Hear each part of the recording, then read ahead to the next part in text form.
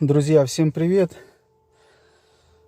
Приобрел автомобиль, и первое, что меня расстроило, это скрип водительского сиденья. Просто скрип ужасный. Я сильно разочаровался, когда сел за руль.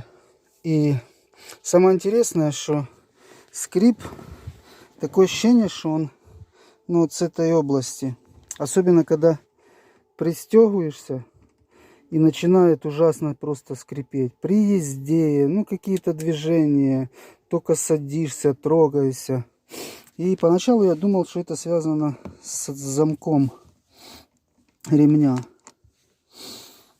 Потом начал исследовать и нашел эту причину. Я ее уже устранил. Сейчас я вам ее покажу. Причины 4. 2 спереди, 2 сзади. Значит, вот это соединение, вот оно, вот. Оно как, я не знаю, как его назвать, шарнир.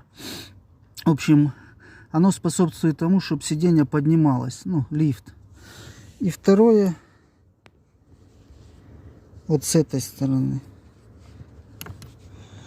Вот оно, вот это, вот.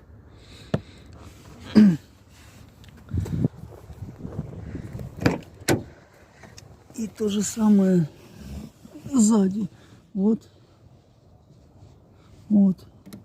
это. И с этой стороны. Просто берете какую-нибудь смазку, ВДшку. Там есть масло в баллончиках. Пшикаете, все. Причина уходит на 100%. Поэтому, кому надо, пользуйтесь. До встречи.